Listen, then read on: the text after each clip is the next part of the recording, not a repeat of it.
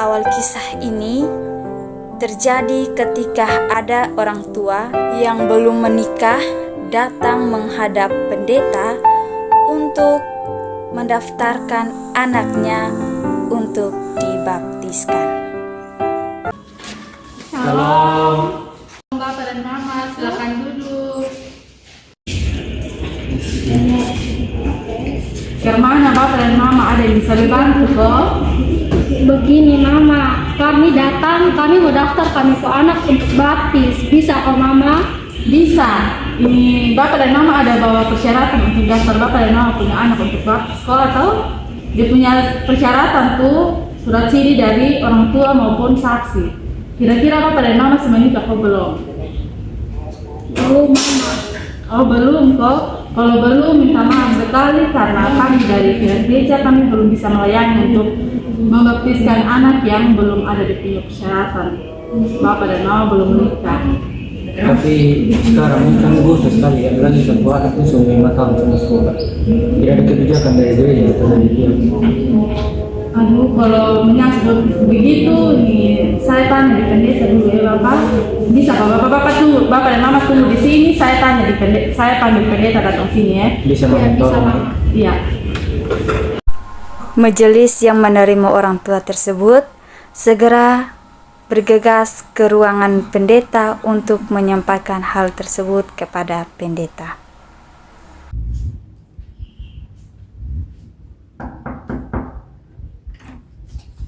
Shalom Bapak.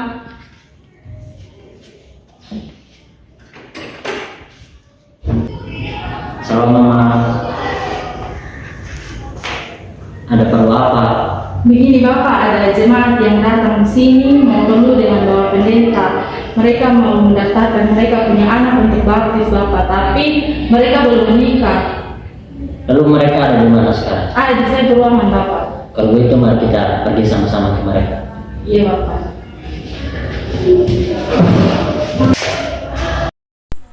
Kemudian pendeta dan majelis segera pergi kepada kedua orang tua. Salam. Shalom Bapak. Bapak dan Mama ada perlu apa? Begini Bapak, tadi kami sudah kasih tahu di Mama Majelis kalau kami datang mau daftar kami ke anak untuk baptis, tapi Mama Majelis bilang tidak bisa. Yang benar bahwa kalau Bapak dan Mama senikah belum kan? Belum. Karena Bapak dan Mama belum menikah, maka kami tidak bisa untuk melayani baptisan untuk anak daripada Bapak dan Mama. Memangnya ada aturan kalau Bapak? Atau dari sinode begitu ada aturan begitu sampai Bapak bilang begitu? Untuk peraturan dari Gemit sendiri, untuk anak-anak yang orang tuanya belum menikah, dia diperkenankan untuk dibaptis. Tapi Bapak, sekarang ini posisi ketemu butuh sekali. Bapak semua masuk sekolah begini, dong butuh itu surat baptis. Terus bagaimana kalau gereja tolak? Tolong dulu. Kalau misalnya Bapak membutuhkan surat baptis sekarang, bisa saja. Tapi dalam surat baptis itu, nanti yang tertera ada marga daripada anak Bapak, yaitu marga daripada Ibu. Jadi begini Bapak, kalau itu tidak bisa. Soalnya ini siapa anak pertama. Jadi dia tuh siapa ahli waris. Masa jadi keluarga ini anak pertama. Jadi masa siapa anak sulung ikut marga dari satu istri. Tidak bisa begitu Bapak. Coba ada dari gereja tolong dulu. Kan tidak mungkin dia ikut marga dari satu istri itu Bapak. Kalau terkait dengan hal ini, saya tidak bisa mengambil keputusan secara sepihak, tapi nanti saya akan berkumpul bersama para majelis untuk mengadakan rapat mengenai hal ini. Jadi saya minta Bapak dan Mama untuk menunggu beberapa hari. Setelah keluar hasil rapat, baru Bapak dan Mama kembali. Baik Bapak, terima kasih banyak Bapak. Tolong ya. Salam Bapak. Salam Bapak. Kemudian pendeta mengumpulkan majelis dan melakukan rapat bersama. Bapak dan Ibu majelis, hari ini saya kumpulkan kita dengan maksud untuk membahas mengenai aturan baptisan bagi anak yang orang tuanya belum menikah. Apakah tetap kita layani mereka atau tidak? Mungkin ada usulan dari Bapak dan Bapak majelis. Saya Bapak, menurut saya aturan yang ada itu kita harus menaatinya. Dan juga sebaiknya kita sebagai presbiter kita harus memberitahukan kepada jemaat supaya mereka juga tahu tentang aturan yang ada.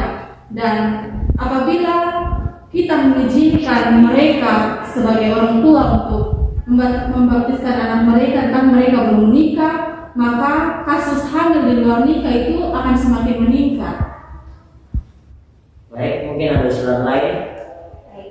Saya kurang setuju dengan pendapat Mafe, di mana ini kalau kita tidak mengizinkan ini anak-anak mereka untuk dibaptis, mereka bisa saja pergi ke gereja lain yang ini bisa menerima mereka untuk membaptis anak mereka. Dan kita juga harus melihat dari sudut pandang jemaat, di mana mereka meyakini bahwa dalam Alkitab mengajarkan tentang hukum kasih. Jadi menurut saya kita membiarkan saja ini anak-anak untuk anak jemaat itu untuk dibaptis.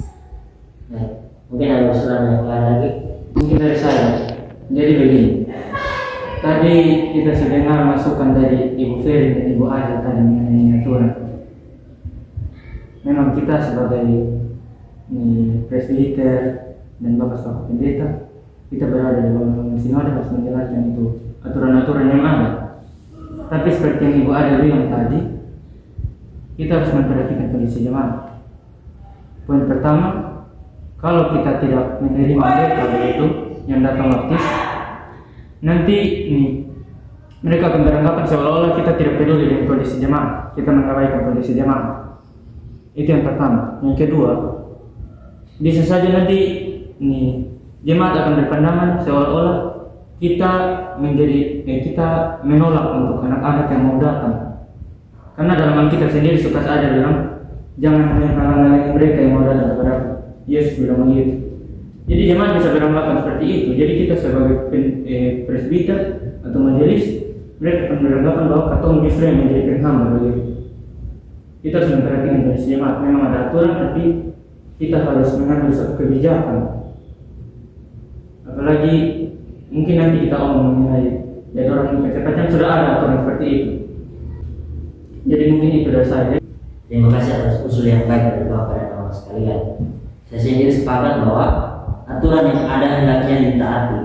Apalagi dengan melihat bahwa fenomena yang ada bahwa makin kita memberi toleransi bagi anak yang orang tuanya belum menikah, makin besar pula angka hamil di luar nikah. Baptisan ada bukan hanya dengan maksud agar anak mendapat surat baptis untuk keperluan sekolah dan keperluan lainnya, tetapi lebih dari itu, baptisan ada untuk membuat kita sadar akan status kita sebagai anak Tuhan. Ini yang harus kita sosialisasikan ke jemaat. Kami sepakat bahwa aturan itu memang harus disosialisasikan. Tapi kali ini kita harus memberi toleransi untuk mereka, orang-orang tua yang mau membaptis anaknya, meskipun mereka belum menikah. Karena tapi nanti itu kita pakai perjanjian bahwa setelah membaptis mereka harus segera menikah. Yaitu lambatnya itu 1 tahun setelah anak mereka dibaptis. Dan perjanjian itu dibuat kita pakai surat pernyataan sebagai bukti. Apakah kita sepakat agar mereka tetap membaptiskan anaknya dengan ketentuan bahwa setelah dibaptis mereka harus menikah? Sepakat. Ketika mereka bersama-sama bersepakat, maka kemudian orang tua itu diberitahukan bahwa anak mereka bisa dibaptiskan dengan ketentuan ketika anak mereka dibaptiskan, mereka harus segera menikah. Baptisan. Baptisan adalah amanat agung dari Yesus untuk kita. Baptisan adalah meterai bahwa kita adalah ahli waris kerajaannya. Dalam gereja, baptisan adalah sakramen, dan dalam melaksanakan sakramen itu tentu ada aturan. Akan tetapi, apakah aturan itu dapat menjawab setiap permasalahan jemaat? Tentu tidak. Lalu, bagaimana?